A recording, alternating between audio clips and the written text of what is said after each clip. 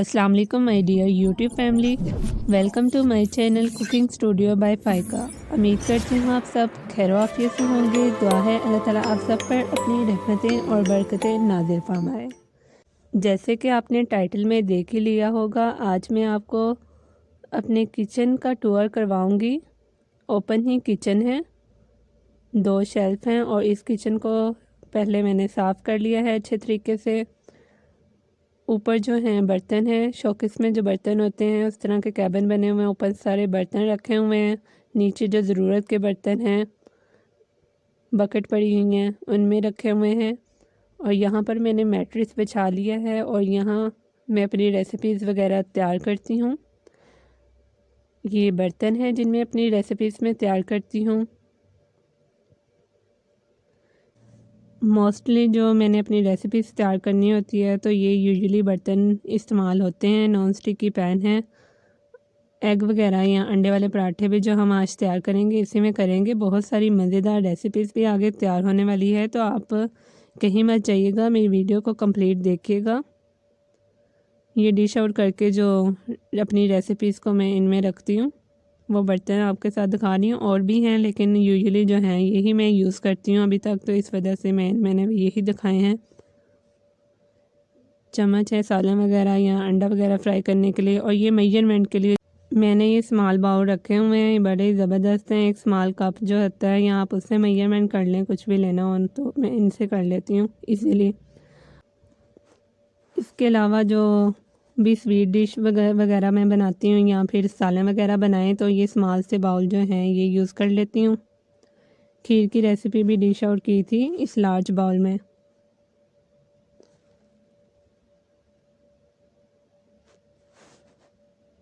आज जो है आपसे पूरे दिन की रूटीन शेयर करूँगी। तो सबसे पहले मैं आपको बताऊँगी ब्रेकफास्ट में क्या बनाया। अंडे वाले पराठे बहुत ही ज़बरदस्त और यमी बने थे और आप इजीली इसको बना सकते हैं। ये देखें सब्ज़ मिर्चें ये फ्रीज़ की हुई थी तो मैंने फ्रिज से इनको निकाल लिया। थोड़ी देर स्टे दे दें और 1 टेबलस्पून जो है उतने हम पीस लेंगे। 3 अंडे लिए हैं, 2 अनियंस हैं यहाँ पर, और ये तमाम स्पाइसेस हैं। रेड चिली पाउडर है, साल्ट है, चिली फ्लेक्स है, ब्लैक पेपर पाउडर है, यही जो है टर्मेरिक पाउडर जो हैं यूजुअली यूज़ होते हैं वही स्पाइसेस हैं। ये 1 टेबलस्पून जो मैंने सब्ज़ मिर्ची हैं उनको पीस लिया। और यहाँ पर मैंने 2 अदद प्याज लिए हैं, इनको कट कर लूँगी। अब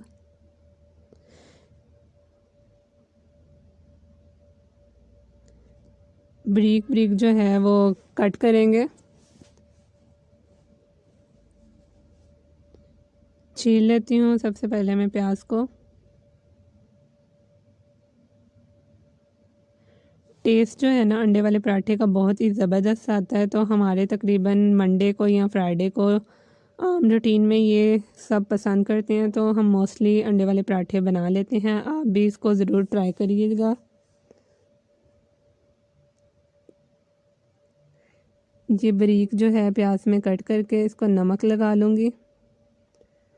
अगर आप सैलड वगैरह में भी प्याज यूज़ करते हैं तो उसको इस तरीके से बारीक कट करके नमक लगा लिया करें, उससे उसकी स्मेल वगैरह दूर हो जाती है। नमक लगा के आपने 2 से 3 मिनट रख दें और उसके बाद जो है पानी से वॉश कर लें।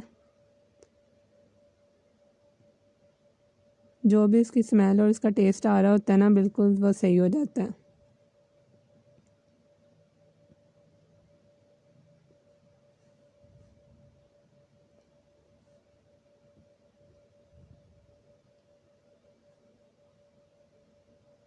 प्याज को स्टे दे के थोड़ा सा मैंने वॉश कर लिया, उसके बाद इसको भी ऐड कर लिया। अब इसमें 1 टेबलस्पून जो है मैंने सब्ज़ मिर्चें ऐड की हुई हैं और 2 अनियंस जो आपको दिखाए थे वो कट करके ऐड कर लिए हैं। अब ये स्पाइसेस हैं तमाम, यूजुअली आम घरों में जो तमाम स्पाइसेस यूज़ हो रही होती हैं वही हैं, तो आप अपने टेस्ट के मुताबिक इसको ऐड कर सकते हैं। जितना आप तीखा पसंद करते हैं या आप तीखा नहीं हल्का पसंद करते हैं तो हल्की मिर्चें जो हैं कम रखें। मिर्चें ज़्यादा मिर्चें सेहत के लिए भी नहीं अच्छी होती। आप अपने टेस्ट के मुताबिक इसमें ऐड कर सकते हैं।